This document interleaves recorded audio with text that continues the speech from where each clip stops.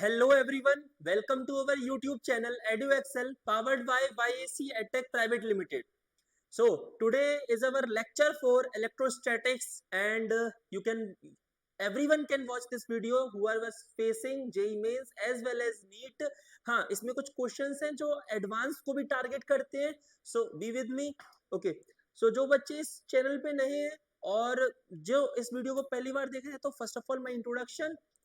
I'm your physics mentor, Rohan Kumar Singh. I have completed my BTech in electrical engineering. Also, I have a certification from IIT Bombay under QP and CEP. I am the author of The World of Physics, Exploring the Laws That Govern Our Universe. And you can find this book on Amazon. And this book, you can find like the many different phases which was formed and till now the universe being going on. Okay, 7+ years of teaching experience in which I have taught many of the students which of them right now in IIT as well as best colleges of NEET, and I have cracked MIT which was in USA, as well as I have worked in IIT Madras as a research analyst. I have published about 11 to 12 papers in 4 to 6 months. So starting our today's lecture electrostatics. ठीक है, और जो हम मैंने पिछले 3 lectures में completely explain कर दिया. चार्ज क्या होता है, कूलम्स लॉ क्या होता है, एज वेल एज बहुत सारी डिफरेंट डिफरेंट चीजें जो भी पॉसिबल हो सकती थी अभी तक में मैंने एक्सप्लेन कर दिया है. ठीक है, the forces between two charges कैसे वर्क करता है, सब चीजें. अब हम ये कुछ 6 से 7 क्वेश्चंस करेंगे. ये क्वेश्चंस इसलिए जरूरी है क्योंकि ज्यादातर क्वेश्चंस या तो इसी टाइप के आ जाते हैं, नहीं तो अगला क्या हो जाता है इससे कि नहीं भाई वो ज्यादा से ज्यादा वो क्वेश्चन थोड़े वो अलग अलग टाइप के दे देंगे, इससे ज्यादा कुछ नहीं होगा. इवन मैक्सिमम क्वेश्चंस इसी टाइप में रहते हैं. ठीक है, और ये क्वेश्चंस डायरेक्टली टारगेट मेंस और नीट वाले स्टूडेंट्स के लिए किया गया क्योंकि ये क्वेश्चंस अक्सर ही मेंस में या नीट में आ जाता है. So all those students who are just having a priority on JEE Mains as well as NEET, वो इस लेक्चर को जरूर देखें because this is more appropriate for you. ठीक है, तो स्टार्ट करते हैं लेक्चर आज का.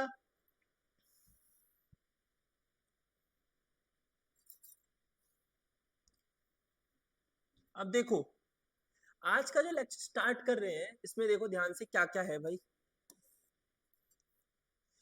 To charge separated at a particular distance are. ठीक है, दो चार्जेस है जिनको एक पर्टिकुलर डिस्टेंस, उन दो चार्जेस का बीच का डिस्टेंस क्या है, आर है. ओके, अ चार्ज अब यहाँ पर Q1 और Q2 ये दो चार्जेस बता दिए गए हमारे पास. सो मैं ये कहता हूं कि एक चार्ज हो गया हमारे पास Q1. ठीक है, ये चार्ज हो गया Q1 और दूसरा चार्ज हो गया Q2. इन दोनों के बीच में क्या डिस्टेंस है, आर. ये हमारे पास हो गया Q1, ये हो गया Q2. ठीक है, ये हो गया Q1, ये हो गया Q2.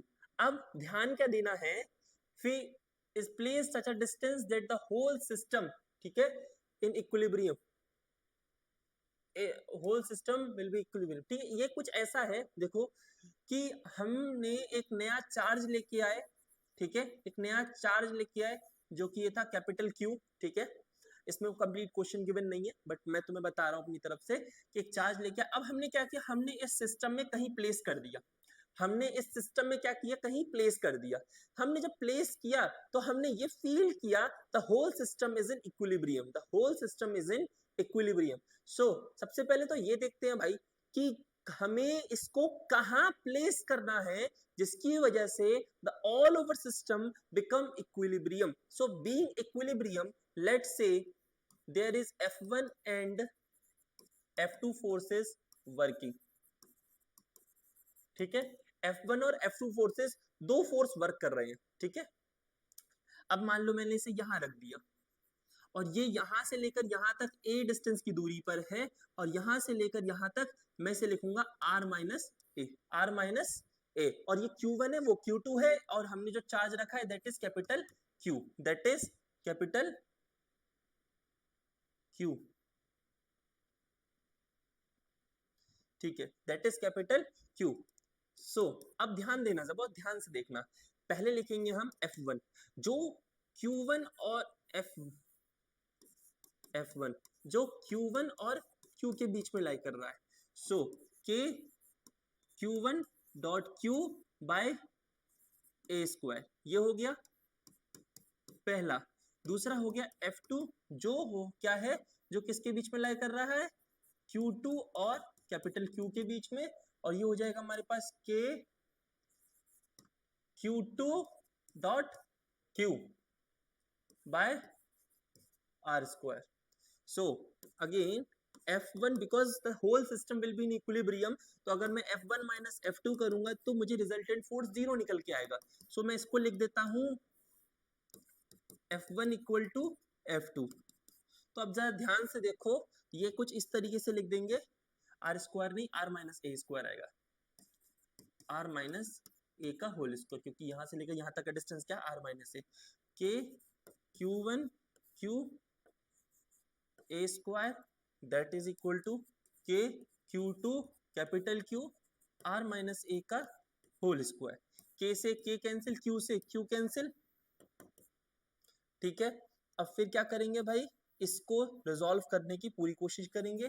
Q1 by are square that is equal to Q2 by r minus a का होल स्क्वायर। अब क्या किया मैंने, ये हो जाएगा root over Q1 upon R that is equal to Q2, sorry R नहीं होगा वो ए होगा, मैंने मिस्टेक कर दी, वो ए होगा, ठीक है, ए, वो ए स्क्वायर हो जाएगा, ठीक है, ये सही जा रहा है, वो बीच में मिस्टेक हो गई थी, ठीक। फिर आ जाएगा आर माइनस ए, ठीक, यहां पर भी रूट ओवर। अब क्या करेंगे, जब इसको हमने सॉल्व किया, ध्यान देना ये हमारा ऑल ओवर किस में चला जाएगा ये ऑल ओवर किस में चला जाएगा, अब ये कुछ ऐसे हो जाएगा, R minus A root over Q1 that is equal to A dot root over Q2। अब एक काम करेंगे, इसको इधर ले जाएंगे तो r root over Q1 that is equal to A common ले लिया, root over Q1 plus root over Q2, ठीक है। फिर हम क्या करेंगे, a इज इक्वल टू लिखेंगे r root over Q1 upon root over Q1 plus root over Q2, ठीक है। तो हमारे पास जो हमें a निकालना था वो हमारा a निकल गया, है ना, हाँ ये निकल गया, मैं वो कंफर्म कर रहा था कि आर मैंने दोबारा तो नहीं लिख दिया, ठीक है। तो so this is our the resultant one, okay. So moving to the next, इसको नोट कर लेना अपनी अपनी कॉपी में कि क्वेश्चंस कैसे टारगेट करवाए गए थे, ठीक है। फिर आता है two identical metallic block resting on a frictional surface, frictionless surface है पहली बात तो, और connected by a light metallic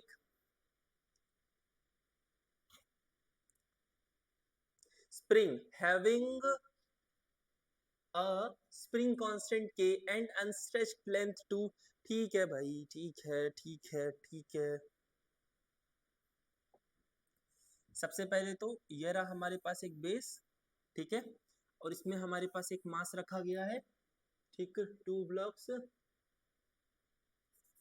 M1 और ये दूसरा मास हो गया M2, ठीक है। अब ये दोनों क्या है, एक स्प्रिंग से जुड़े हुए हैं, ठीक है, एक स्प्रिंग से जुड़े हुए हैं। स्प्रिंग कांस्टेंट कितना है इसका, स्प्रिंग कांस्टेंट कितना है इनका, दैट इज K। फिर बोलता है कि ये Q जो है इन दोनों पे इक्वली डिवाइडेड है, तो मैं इसके लिख दूंगा Q/2, एक लिख दूंगा दूसरे पे भी लिख दूंगा Q/2। अच्छा, अब क्या बोलते हैं कि क्योंकि भाई दोनों पे चार्ज है ना, तो यानी कि या तो रिपल्शन होगा या अट्रैक्शन होगा, वट एवर द रिजल्टेंट, ठीक है, हम बस दोनों का एक रिजल्टेंट फोर्स देखेंगे।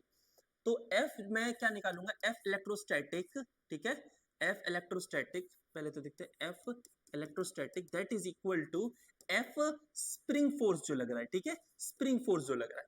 अब ध्यान देना, F इलेक्ट्रोस्टैटिक को कैसे लिखोगे भाई, K, ठीक है, फिर इलेक्ट्रोस्टैटिक हो जाएगा Q1 Q2 bye R square, अब इन दोनों के बीच में डिस्टेंस जो है वो R है, सो मैं लिख दूंगा Q/2 का whole square by R square that is equal to, अब जरा देखो कि Fs है, ठीक है, डिस्प्ले मैं क्या बोल रहा हूँ, स्प्रिंग, स्प्रिंग फोर्स, स्प्रिंग होता है, स्प्रिंग फोर्स होता है Kx, ठीक है, Kx।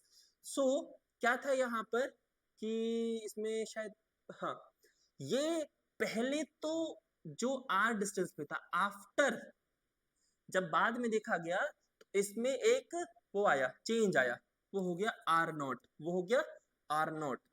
ठीक है, तो अब हम क्या करेंगे, यहां पर लिखेंगे के आर माइनस आर नॉट, के आर माइनस आर नॉट।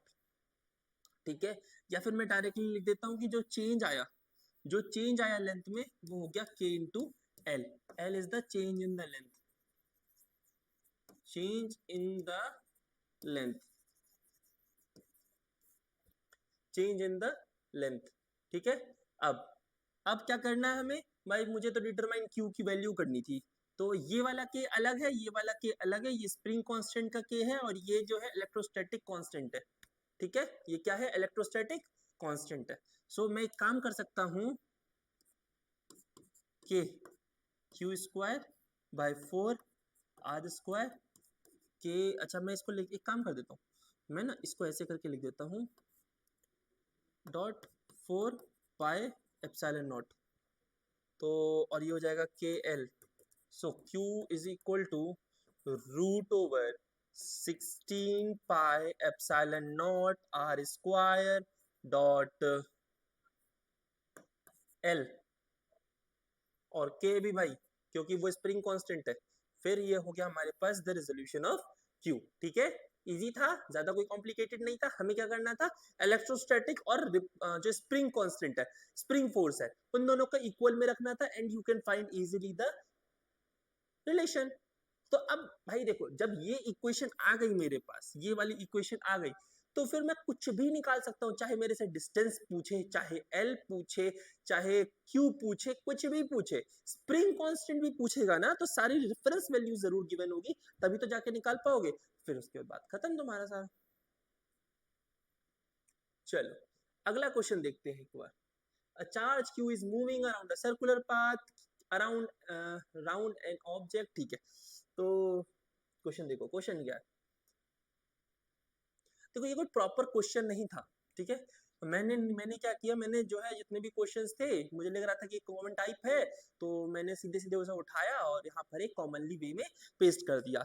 भाई देखो इसमें एक चीज और है कि अगर जेई मेंस में तुम्हारे पास अप्रोच इतनी ज्यादा इंपॉर्टेंट, ठीक है, अप्रोच तो देखो क्वेश्चन कर रहे हो, अप्रोच तो इंपॉर्टेंट है, चाहे तुम 2+2 करो या 2+2 × 3 डिवाइड बाय 6 ऐसे करके लंबा चौड़ा क्वेश्चन बन जाए, तब भी अप्रोच तो दोनों के लिए जरूरी है।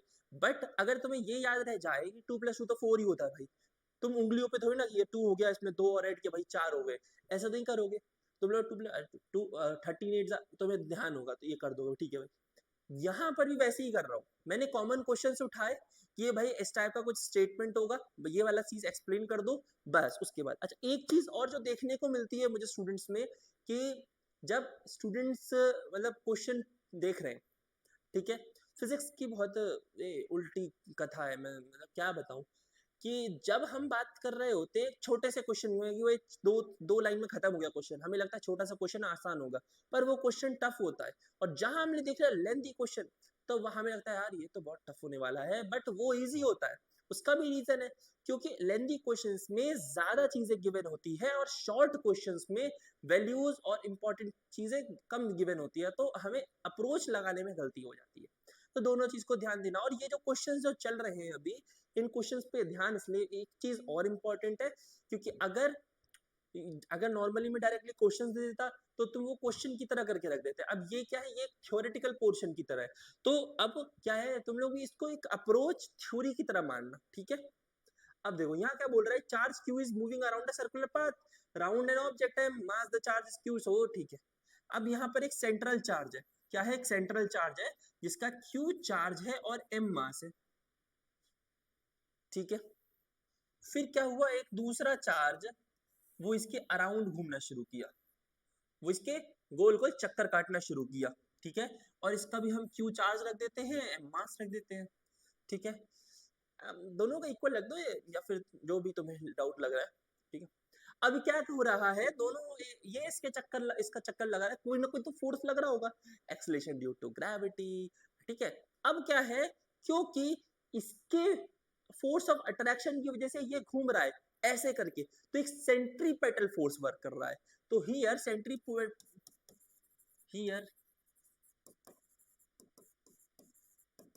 Centripetal force is working on, force is working, centripetal force work कर रहा है। तो अब तुम लोगों को इजीली इसमें समझ में आ रहा होगा भाई कि अगर मैं force electrostatic is equal to force centripetal लग देता हूं तो इलेक्ट्रोस्टैटिक फोर्स हो जाएगा K Q dot Q by are square, that is equal to centripetal force. Centripetal force के लिए भाई एम, ठीक है, वी स्क्वायर बाय आर, यहां से यहां तक का जो डिस्टेंस है वो आर हो गया, ठीक है। ये कुछ इस तरीके से हो जाएगा, आर से आर कैंसिल, ये आर हो गया, तो ये K Q square is equal to M V square R, ठीक है, M V square into R, ठीक। ये भी है, कोई दिक्कत नहीं है इसमें, इजी था ये भी क्वेश्चन। मैंने तुमसे क्या रिलेशन, अब भाई इस पॉइंट पे छोड़ इसलिए रहा हूं भाई, तुमसे के क्यू पूछा जाएगा और सारी वैल्यूज गिवन होंगी, तुम क्यू निकाल लोगे, आर निकाल लोगे, वी निकाल लोगे, एम निकाल लोगे, whatever the relative values are given, so you can find out the values, okay. So इसमें भी कोई दिक्कत नहीं है, ठीक। अगर वहीं पर इसकी जगह अगर ये गोल गोल नहीं घूम रहा होता, सपोज मानो अगर ये गोल गोल नहीं घूम रहा होता पर दोनों का मास इस तरीके से है और दोनों के बीच में ऑब्वियस सी बात है acceleration, force of acceleration due to gravity वाला फोर्स जो होता है कांस्टेंट, ग्रेविटेशनल कांस्टेंट, वो तो लग रहा होगा। तो हम वो इसको दूसरा अप्रोच भी लगा सकते हैं कि f electrostatic is f gravitational, वो हो जाएगा, एक हो जाएगा capital G m into m by are square, that is equal to k q into q by are square, r square cancel, ये हो जाएगा G m square is equal to k Q square, काम खत्म।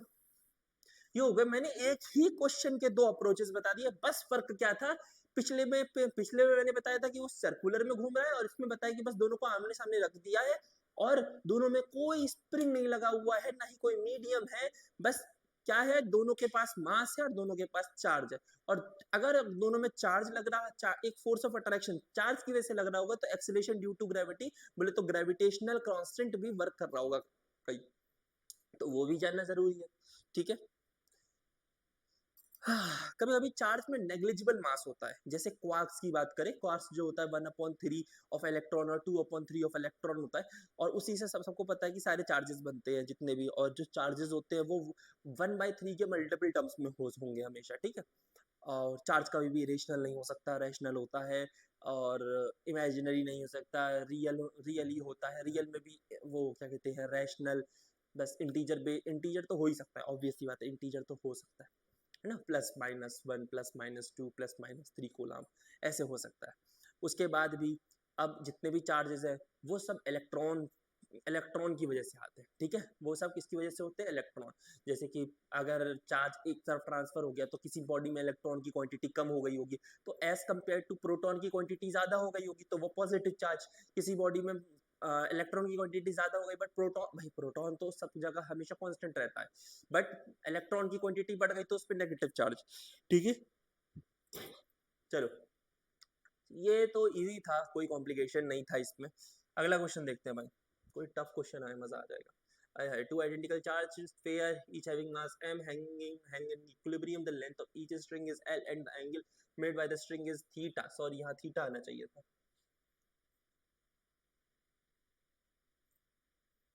made by string is l, ठीक है। मैं तुम्हें बना के दिखाता हूँ ये किस तरीके से क्वेश्चन, कुछ कुछ कुछ कुछ कुछ कुछ कुछ कुछ कुछ कुछ कुछ कुछ कुछ, ठीक है। अब क्या हुआ, एक ऐसे करके यहाँ पर हमारे पास एक हो गया और ये हो गया दूसरा, ये दूसरा हो गया, इस पे क्यू चार्ज है और इस पे एम मास है, इस पे भी क्यू चार्ज है, इस पे भी एम मास है, इसको मैं Q1 बोल देता हूँ, इसको Q2 बोल देता हूँ, और मास दोनों का सेम ही बोलूंगा भाई मैं। ये पूरा, ये एक इतना सा एंगल बन रहा है थीटा, ये भी इतना एंगल बन रहा है थीटा। अब पता है इसमें दो चीजें लगेंगी, तो वे फोर्स का जो टेंशन वगैरह जो होता था FBD वो भी बनाना पड़ेगा, acceleration due to gravity, electrostatic force तो वर्क करेगा ही करेगा, ऑब्वियस सी बात है। अब ध्यान से सुनना, ये जो है ये यहाँ पर ऐसे करके छोड़ दिया, या तो इसमें मान लो ऐसे करके दो चार्जेस है, एक जगह से ऊपर सीलिंग है, ऊपर सीलिंग से जुड़े हुए हैं, ऐसे करके दोनों चार्जेस है। अब मैंने क्या किया, मैंने इनको छोड़ दिया, तो अगर या तो रिपल्सिव फोर्स होगा तो ये दूर चला जाएगा, अट्रैक्टिव फोर्स होगा तो ये पास आ जाएगा, तो स्ट्रिंग पे कितना फोर्स वर्क कर रहा होगा, समझ रहे हो ना, स्ट्रिंग पे कितना फोर्स वर्क कर रहा होगा ये जानना है हमको। तो क्या करते हैं हम, सबसे पहले भाई ये हो गया डायरेक्शन टेंशन का, ये हो गया डायरेक्शन टेंशन का, स्ट्रिंग पे जो वर्क कर रहा है वो टेंशन हो गया। एक हो गया ये, एक हो गया ये। अब ध्यान दो, ये वाला एंगल इक्वल, तो ये हो गया थीटा। ओके भाई, ये वाला एंगल इक्वल, कॉरस्पॉन्डिंग एंगल की वजह से ये दोनों line parallel, this is transversal, और ये थीटा इक्वल हो गया। तो मैं इसको लिख सकता हूँ टी कॉस थीटा, ठीक है, और जस्ट इक्वल हो गया टी साइन थीटा। ठीक, अब टी साइन थीटा जो है वो इलेक्ट्रोस्टैटिक फोर्स पे वर्क कर रहा है, टी साइन थीटा जो है वो इलेक्ट्रोस्टैटिक फोर्स पे वर्क कर रहा है, और टी कॉस थीटा जो है वो एम इंटू जी पे वर्क कर रहा है, एम इंटू जी पे वर्क कर रहा है। अब ध्यान से देखना, बहुत ध्यान से गौर से समझना और देखना। सबसे पहले हम क्या बोलेंगे कि T sine theta equal to k q one q two by are square, ठीक है। फिर उसके बाद T cos theta is equal to m g, पहला। दूसरा, दोनों को क्या करो, डिवाइड कर दो, ठीक है। तो मैं इसे कर दूंगा टेन थीटा, देखो जरा, T sine theta upon cos theta, T is equals to k q one q two by are square, divide में हमने एम जी भी किया था तो एम जी आ जाएगा, ठीक है। ठीक है, अब इसको ध्यान से देखो, हो गया tan theta is equals to k q one q two by are square dot m g. Easy था, बहुत इजी था, ठीक है। सपोज मानो, ठीक है, ये फिगर हो गया होगा। सपोज मानो कि अगर Q1 Q2 इक्वल होते और तुमसे पूछा जाता कि Q की वैल्यू कितनी होगी, तो ऑब्वियस ही बात है हम कुछ इसको कुछ इस तरीके से लिखते कि Q इज इक्वल टू, क्योंकि Q स्क्वायर हो जाता मल्टीप्लाई करने के बाद, 4 पाई एप्सिलॉन नॉट डॉट, ठीक है, R square M G tan theta, फिर उसके बाद ये स्क्वायर हट के रूट आ जाता। बात खत्म, बात खत्म, इजी था भाई, ठीक है। अब बात आती है, अब एक इंपॉर्टेंट बात और आती है, मैं तो भूल ही गया कहना, कि अगर ये आर गिवन नहीं हुआ, अगर ये आर गिवन नहीं हुआ और length of the string given हुआ, सिर्फ length of the string given हुआ, तो एल ये रहा, थीटा ये रहा, वो लगा दो, वैल्यू लगा दो एंगल का। कैसे लगाते हैं भाई, एल हो गया, ये हो जाएगा भाई, देखो ये हो गया ए मान लो, तो a by l is equal to cos theta, ठीक है। नहीं वो बेस हो गया ना, इस तरीके से देखा जब परपेंडिकुलर, सॉरी साइन थीटा आएगा, तो ये हो गया साइन थीटा, ठीक है। फिर उसके बाद मैं इसे लिख दूंगा a is equals to l dot sine theta, ठीक है। तो इतना सा हो गया a dot a is equals to l dot sine theta, ये भी ए हो गया, तो 2l sine theta, 2l sine theta, तो आर की जगह तुम ये प्लेस कर दो, तो अब तुम्हारे पास हो जाएगा q is equal to root over 16 pi epsilon not R L square, फिर एम जी, फिर साइन स्क्वायर थीटा, फिर टेन थीटा। कितना लंबा चौड़ा बन गया भाई। सब लगाने के तरीके हैं, हम लोग अप्रोच क्या रख रहे हैं, मैंने हमेशा बताया तुम लोगों को, if your approach is correct and the question what ever is asking, तुम्हारा सब कुछ आंसर उसी सेम क्वेश्चन से आ जाएगा। देखा मैंने इसमें एल रखा, फिर मुझे निकालना था आर, ठीक है, और आर गिवन नहीं होता, एल गिवन होता, आधा क्वेश्चन तुम यही छोड़ के आ जाते, तुमको समझ में नहीं आ रहा होता, पर यहाँ पर तो थीटा गिवन था, तो एल से ये निकालना तो पॉसिबल है। जब ये निकाल लोगे तो इसका ट्वाइस कर देंगे, ट्वाइस करने के बाद you can find out the total distance between the two charges, बात खत्म। ओके, मूव करते हैं, distribution of charge along two different charges and kept in equilibrium state, relation इसको मैं बाद में बताता हूँ, ठीक है। अब बात करते हैं मास m of object is hang on the ceiling by spring and another mass m which is perpendicularly at the ground and both are equal charged, so find out the relation of the charges। एक काम करते हैं, note open करते हैं, note में solve करते हैं दोनों क्वेश्चन को, ठीक है। दोनों क्वेश्चन थोड़े वो है, तो चलो स्टार्ट करते हैं। पहला क्वेश्चन जो था हमारा डिस्ट्रीब्यूशन ऑफ चार्जेस था, ठीक है। तो शेप्स है इसमें,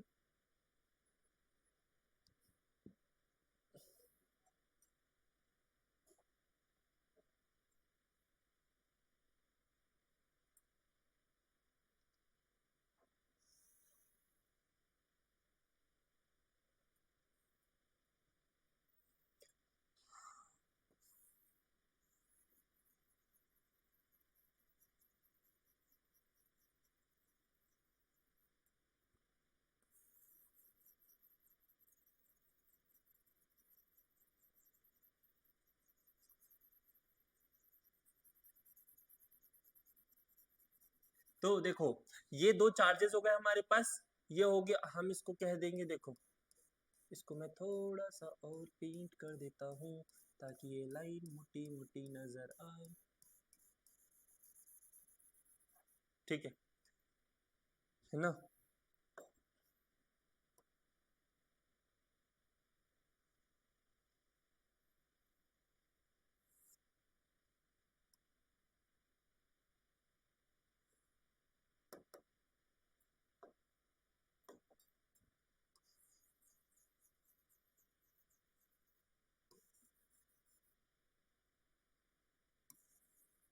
ठीक है, तो ये दो चार्जेस हो गए, एक हो गया हमारा Q, दोनों चार्जेस तो मैं Q ही मानता हूँ, ठीक है, क्योंकि हमारे पास ये सोल्यूशन बड़ा होने वाला है। अब मैंने क्या किया, मैंने एक एक्सटर्नल चार्ज लिया, ठीक है, वो हो गया कैपिटल Q, मैंने एक एक्सटर्नल चार्ज लिया, वो हो गया कैपिटल Q। अब क्या किया, पहले मैंने इसको इस पे टच किया, ध्यान से सुनना, पहले मैंने इसको इस पे टच किया, फिर जो रिजल्टेंट चार्ज हुआ फिर मैंने इसको इस पे टच किया, जो रिजल्टेंट चार्ज हुआ फिर मैंने यहाँ रख दिया उस नए चार्ज वाले बॉडी को। ध्यान समझ रहा है, बड़ा कॉम्प्लिकेटेड है। पहले क्या किया, मैंने चार्ज लिया, मैंने इस पे टच किया, इस पे टच करने के बाद फिर मैंने इस पे टच किया, फिर उसके बाद मैंने क्या किया यहाँ पर, पता है ये ना लेंदी इसलिए है क्योंकि यहाँ चार्ज डिस्ट्रीब्यूट हो रहा है, चार्ज डिस्ट्रीब्यूट हो रहा है। अब क्या करना है हमें, समझो जरा, लेट्स से इसके अंदर भाई क्यू, कैपिटल क्यू चार्ज है, इस पे स्मॉल क्यू, इस पे भी स्मॉल क्यू। अब हम क्या कर रहे हैं, हम सोच रहे हैं भाई ये क्या से हो रहा है, ठीक है, ध्यान देना जरा। सबसे पहले जब हमने इस पे टच किया तो Q plus capital Q upon 2, तो ये हो गया रिजल्टेंट चार्ज, दो इस पे और इस पे आया, तो ये हो गया Q plus capital Q by 2। ये जो चार्ज हो गया ये अब किस पे आया, इस पे, ये जो हमने जब टच किया था, ठीक है, टच करने के बाद जब रिलीज किया तो इस पे और इस पे दोनों पे आया। अब इसको ही हमने, क्योंकि इस पे क्या है, small Q capital Q by 2, अब इसको इस पे, हम इस पे टच किया तो Q plus capital Q plus small ये, और फिर उसके बाद 2, यही जो इस पे चार्ज आया वो रिजल्टेड उस पे चार्ज आया, समझ में आया, मतलब पहले उसको टच किया फिर इसको टच किया, दोनों को मिलाया, हाफ किया, उसके बाद जो रिजल्टेंट आया उसके बाद देखा हमने। तो अब हम एक चीज देख सकते हैं, तो ये हो गया 2Q plus capital Q upon 2, ये हो गया Q प्लस Q, और फिर उसके बाद ये हो गया कैपिटल Q, ठीक है, इनके बीच में जो डिस्टेंस हो गया वो R हो गया, ठीक है, और इसको मान लो A, इसको मान लो R माइनस A, और जैसा मैंने लास्ट क्वेश्चन करवाया था कि पहले इन दोनों चार्जेस के बीच में रिलेशन निकालो, फिर इन दोनों चार्जेस के बीच में रिलेशन निकालो, and then solve this one, ठीक है, यही करना हमेशा, यही करना। पहले क्या करना, पहले जो तुमने चार्ज लिया उसको जब तुमने टच करवाया किसी से, दोनों में चार्ज इक्वली डिस्ट्रीब्यूट हो गया, when the charge get equally distributed, तो सम करो दोनों चार्ज को, फिर उसके बाद उनका हाफ करो, ये अब तुमने जो बॉडी को टच किया था तो दोनों बॉडी पे अब इक्वल इक्वल चार्ज आ गया, तो उतना चार्ज आया, दोनों चार्जेस को सम करो और हाफ करो, फिर वो दोनों चार्जेस का रिजल्टेंट निकालो, ठीक है, ठीक है। अब क्या है, तुमने दूसरे बॉडी पे टच किया, पहले बॉडी फिर दूसरे बॉडी पे, तो उस पे जो Q1 plus capital Q by 2 आया, वो दूसरे पे टच करो, तो Q1 plus Q2 plus Q bye 2, फिर उसके बाद तुमने क्या किया, उसको तुमने उठा के बीच में रख दिया, बात खत्म। आ गया समझ में, ये वैसा क्वेश्चन था, मैंने कहा ना क्वेश्चन ज्यादातर तुम लोगों को देखने मिलेंगे या तो लेंदी या तो मोर कॉम्प्लिकेटेड, उसमें चीजें बहुत होंगी, एप्लीकेशंस बहुत होंगे, ये भी लग रहा है वो भी लग रहा है, ऐसे भी लग रहा है वैसे भी लग रहा है, सब सब होगा, ठीक है। तो ये आ गया समझ में, कोई दिक्कत इस चीज में, ठीक है, आगे मूव करते हैं। बाकी तो तुम्हें पता ही है लगाना क्या है, जैसे हमने लास्ट क्वेश्चन में इसी टाइप का एक और क्वेश्चन मैंने जब करवाया था तो उसमें जैसे लगाया था। अब यहाँ क्या बोल रहा है, यहाँ पर इस तरीके से सीलिंग पर, ये एक सीलिंग है, ठीक है, और मैंने क्या किया, मैंने एक स्प्रिंग लेकर एक ऑब्जेक्ट को इससे बांध दिया, और इस पे मास m है, और ये ग्राउंड हो गया, ग्राउंड पे क्या है इस तरीके से लगा हुआ है, तो ग्राउंड हटा देते हैं, ठीक है, ग्राउंड हटा देते हैं, ये मेन ग्राउंड हो गया, इस पे ऑब्जेक्ट नहीं रखते पहले, तो क्या होगा, ये नीचे की तरफ खींचेगा, why due to acceleration due to gravity, due to gravity, ठीक है, ये नीचे की तरफ खींचेगा। अब तो मैं एक्सेलरेशन इसमें जी प्लेस कर दूंगा, तो ये फोर्स लगा रहा होगा, ये क्या लगा रहा होगा, फोर्स लगा रहा होगा डाउनवर्ड डायरेक्शन में। डाउनवर्ड डायरेक्शन में जो फोर्स लगा रहा होगा that is m into g, that is m into g. अच्छा, अब बात है भाई, जब तुम टेंशन लगा रहे हो तो स्प्रिंग पे भी, इस पे भी क्या लग रहा होगा, टेंशन लग रहा होगा। क्या लग रहा होगा, टेंशन लग रहा होगा, इस पे भी टेंशन लग रहा होगा। टेंशन कैसे निकालोगे, तो tension on the spring is equal to K into X. K X जो हो जाएगा वो इलोंगेशन हो जाएगा, के स्प्रिंग कांस्टेंट हो जाएगा। अब ध्यान देना इस पे, सोचो जरा फिर बताना कि जितना ज्यादा फोर्स इस ऑब्जेक्ट को नीचे खींचने में लगेगा उतना ही इसको टेंशन लगेगा। तो T is equal to m into जी।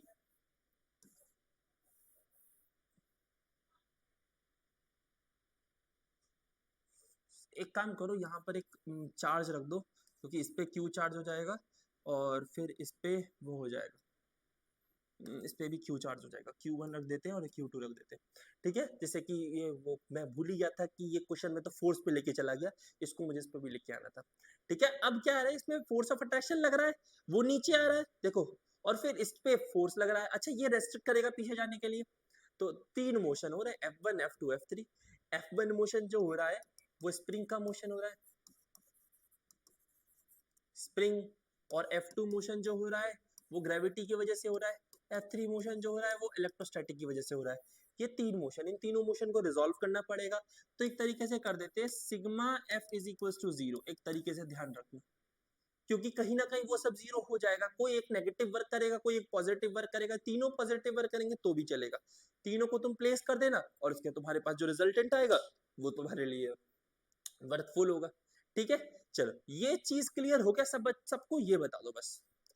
अब दूसरी चीज है कि जितने भी क्वेश्चंस अभी मैंने 5-6 क्वेश्चंस जो करवाए, ये सिर्फ डायरेक्टली टारगेट था जेई मेंस के लिए, जेई मेंस और नीट के लिए। इस क्योंकि इसमें एडवांस कैसे खास कोई क्वेश्चन था नहीं।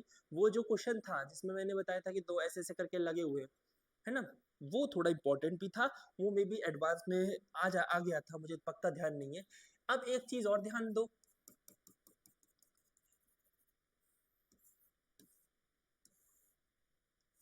एक क्वेश्चन ना तुम्हें ऐसे करके देखने को मिलेगा, थीटा, ठीक है, थीटा, ये Q1, ये Q2, इसके अंदर मास M, इसके अंदर भी मास M, यहाँ पर हो गया L। अब क्या है, ध्यान देना कि हमने इस पूरे सिस्टम को एक सोल्यूशन में डाल दिया जिसकी डेंसिटी जो थी वो रो थी, जिसकी डेंसिटी रो थी, और इनका जो मास गिवन नहीं होगा तुम लोगों को, इसका मास मुझे नहीं लगता गिवन होगा। इसका जो मास जो होगा वो होगा, इसकी डेंसिटी होगी न्यू करके, न्यू, दोनों सेम सेम मटेरियल का बना होगा, दोनों की डेंसिटी सेम होगी, जो कि होगी न्यू, ठीक है। सिग्मा न्यू कुछ भी कह लो, ठीक है, ये रो हो गया। अब वही रिलेशन दोबारा, tan theta is equal to rho by rho minus mu, ध्यान रखना, tan theta is equal to rho upon rho minus mu, simple. देखो, टाइप्स तो बहुत सारे बन सकते हैं, ऐसा नहीं है कि मैंने जो करवा दिया इसके अलावा कोई टाइप नहीं होगा, पर वही चीज है, कहीं ना कहीं उसमें कोरिलेशन होगा। तो sigma F is equal to zero हमेशा याद रखना, ठीक है। Total force obtaining in a particular command field, जो भी तुम्हारे पास एक पूरा का पूरा सिस्टम है, उसमें जो जितने भी फोर्स अप्लाई हो रहे हैं, sum of all forces is equal to zero. वही चीज मैंने यहाँ अप्लाई किया, सारे फोर्सेस का सम किया and I got the resultant as zero, I got the resultant as zero, ठीक है। कोई दिक्कत किसी भी चीज में, ठीक है। हम देख लेते हैं भाई, ये हो गया हमारा ऐसे, फिर ऐसे, ठीक। बैक स्टेज पे जाते हैं एक बार,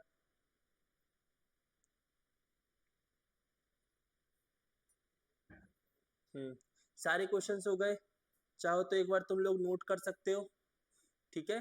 सारे क्वेश्चंस स्क्रीनशॉट ले लो जल्दी जल्दी सारे क्वेश्चंस का, जिससे कि तुम्हारे पास आइडिया रहे। पहला क्वेश्चन स्क्रीनशॉट डन, दूसरा क्वेश्चन स्क्रीनशॉट डन, तीसरा क्वेश्चन, रुको इसको और बड़ा करता हूँ, हाँ, तीसरा क्वेश्चन, स्क्रीनशॉट, डन। ठीक है, चौथा क्वेश्चन, स्क्रीनशॉट, डन। पांचवा क्वेश्चन, स्क्रीनशॉट, डन। छठा क्वेश्चन, स्क्रीनशॉट, डन। अब एक काम करो, उसका भी स्क्रीनशॉट ले लो क्योंकि उसमें फॉर्मूले हैं। ठीक है, उससे क्या होगा, तुम्हारे पास तुम्हें जरूरत लगेगी तो तुम लोग अपने आप खुद से कर लोगे। ठीक है, चाहो तो इसका स्क्रीनशॉट ले लो, पहले हमने इससे अटैच करवाया फिर उससे अटैच करवाया। ठीक है, फिर उसके बाद इसको, ठीक है, वो देख लो। फिर इसका तुम देखो, इसको ये इसमें जो सोल्यूशन था और ये जो जिससे बना हुआ था दोनों अलग अलग है। इसकी डेंसिटी रो हो गई और इसकी डेंसिटी न्यू हो गई। एक चीज और याद रखना, rho and mu, rho is not equal to mu, ये चीज और याद रखना, नहीं तो जीरो हो जाएगा और जो टेन थीटा हो जाएगा वो नॉट डिफाइंड हो जाएगा। ठीक है, इसका मतलब 90 डिग्री पे है दोनों। कितने डिग्री पे है? 90 डिग्री पे। ये भी चीज इंपॉर्टेंट है भाई ये भी चीज इंपॉर्टेंट हो गई ना। अगर दोनों के दोनों 90 डिग्री पे होंगे तो 1090 कितना होता है? जीरो होता है ना। 1090 जीरो होता है, 10 जीरो, यानी कि दोनों एक साथ चिपके होंगे, दोनों पे कोई थीटा जो हो जाएगा वो जीरो हो जाएगा। If rho equal to mu, ठीक है, सो टेन थीटा जो हो जाएगा वो नॉट डिफाइंड हो जाएगा, नॉट डिफाइंड हो जाएगा। फिर उसके बाद ऑब्वियस ही बात है कि टेन थीटा की कौन सी वैल्यू पे, तो थीटा जीरो पे वन होती है, तो हाँ theta is equal to 90 degree हो जाएगा, बात खत्म। तो ये भी ध्यान रखना। ठीक है, सब एक दूसरे से कहीं ना कहीं रिलेटेड है। ठीक है, स्क्रीनशॉट ले लो, डन। ठीक है सो आज का लेक्चर खत्म होता है हमारा। अब नेक्स्ट लेक्चर में हम लोग इलेक्ट्रिक फील्ड एंड ये सब चीजों पे डिस्कस करेंगे। ठीक है, इलेक्ट्रिक फील्ड और किस पे डिस्कस करेंगे? इलेक्ट्रिक फील्ड हो गया तुम्हारा, और आगे इलेक्ट्रिक पोटेंशियल डिफरेंस, करंट। ठीक है, अभी ये चलेगा। हम लोग कोशिश करेंगे जल्दी जल्दी कंप्लीट कर दे, और फिर तुम्हारा नवंबर से, क्योंकि फिर नवंबर एंड दिसंबर, जनवरी के लास्ट महीने, लास्ट डेज में तुम्हारे अटेम्प्ट हो जाएगा जेई मेंस का। सो वी विल ट्राई कि नवंबर से हम लोग वन शॉट वीडियोस भी लाना शुरू कर दे, वो सारे बच्चों के लिए जो ड्रॉपर हैं, वो सारे बच्चे जिनका सिलेबस कंप्लीट हो गया है बट वो, और ये सब जो है मैं प्रॉपर तुम लोगों को अब, हाँ नेक्स्ट सेशन में तुम्हारे प्रूफ वगैरह भी बहुत ज्यादा होंगे, तो उसके लिए भी तैयार रहना।